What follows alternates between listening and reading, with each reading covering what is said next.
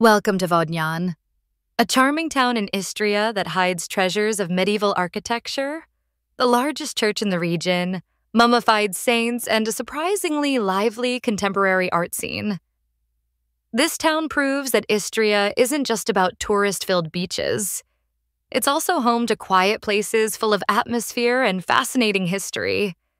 And honestly, while strolling through narrow streets usually isn't my favorite activity, Vodnjan feels like it was made for exactly that kind of exploration. Let's now talk about its location, a bit of its history, and why you'll find signs not only in Croatian, but also in Italian, something already hinted at on the town's welcome sign. Vodnjan, Dignano. Vodnjan is located just a few kilometers north of Pula and has the character of a town much larger than it actually is. It boasts a rich and colorful history. From the 14th century, Vodnjan was part of the Venetian Republic until its fall in 1797. After that, it came under the rule of the Austro-Hungarian Empire, where it remained until the end of World War I in 1918. It then became part of Italy until 1947. After World War II, the town was incorporated into Yugoslavia, and since 1991 has been part of independent Croatia. According to the Austro-Hungarian census from 1910, Vodnjan had about 6,000 inhabitants, more than half of whom were Italians. After the Second World War and the mass exodus of the Italian population, the town's demographics shifted significantly. Today, Italians make up roughly 25% of Vodnjan's population. Vodnjan is also home to the largest Roma community in Istria, as well as a significant Bosniak minority. In the nearby coastal town of Peroj lives the largest Orthodox Christian community in Istria, which has been there since the 17th century. In 1788, they were granted permission to build their own church, the Church of St. Spiridon, which was completed in 1834 and still serves the faithful to this day.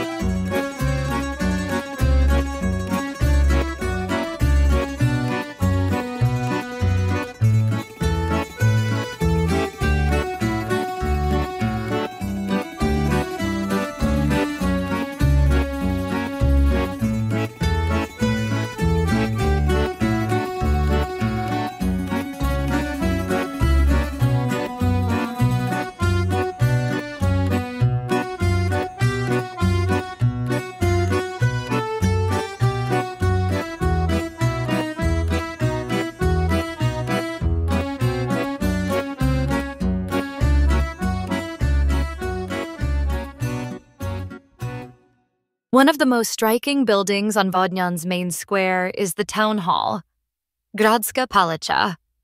This Renaissance-style building dates back to 1911 when it was rebuilt on the foundations of older Gothic and Renaissance houses that had stood on the site since the Middle Ages. The town hall has retained its stately appearance to this day, with elegant arcades, the city coat of arms, and a characteristic balcony from which important decisions of the town council were once publicly announced. The facade is adorned with Venetian architectural elements, reflecting the long period during which Vodnjan was under Venetian rule.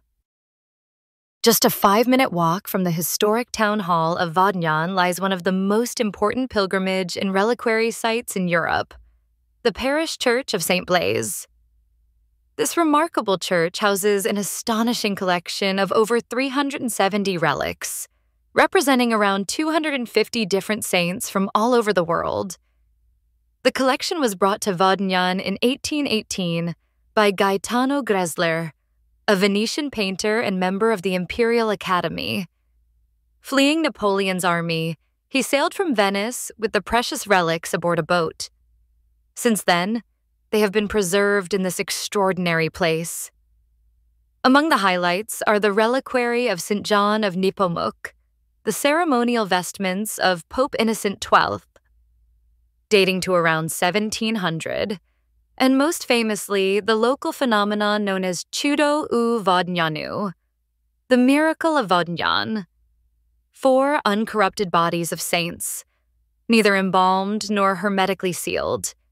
These are Nicolosa Bursa, a Benedictine nun known for miraculous healings, died in the early 16th century, Ivan Olini, a preacher who cared for plague victims, Leon Bembo, a Venetian chaplain turned hermit in the 12th century, and last one, Paul of Constantinople, patriarch and participant in the First Council of Nicaea, 325 AD. Other saints are represented by partial relics, such as Saint Barbara, a leg, Saint Sebastian, a torso, Mary of Egypt, a tongue, and Saint Eutychius, a finger. Inside the church, you will also find a faithful replica of the Shroud of Turin, brought here from Rome.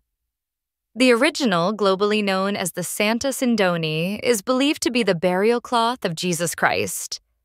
According to legend, it was first possessed by Pontius Pilate's wife, who gifted it to St. Peter. The Church of St. Blaise is the tallest church in Istria and attracts thousands of pilgrims every year. It is a must-see for anyone exploring the deeper spiritual and historical layers of the region.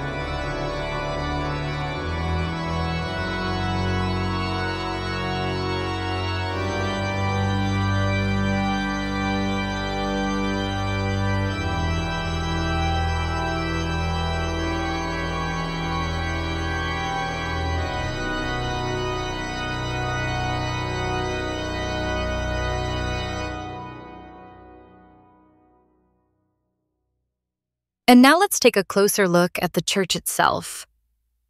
It is the largest parish church in Istria, built in the 18th century on the site of a former basilica. Its freestanding bell tower, inspired by Venetian architecture, reaches a height of 63 meters, making it the tallest structure of its kind in all of Istria. The church features 10 altars, each containing a relic of the saint to whom it is dedicated. The original organ, built in 1818, was the work of Venetian master Giacomo Bassani. In 1924, it was replaced by a new instrument crafted by Beniamino Zanin from Camino di Codroipo, and it remains in use to this day.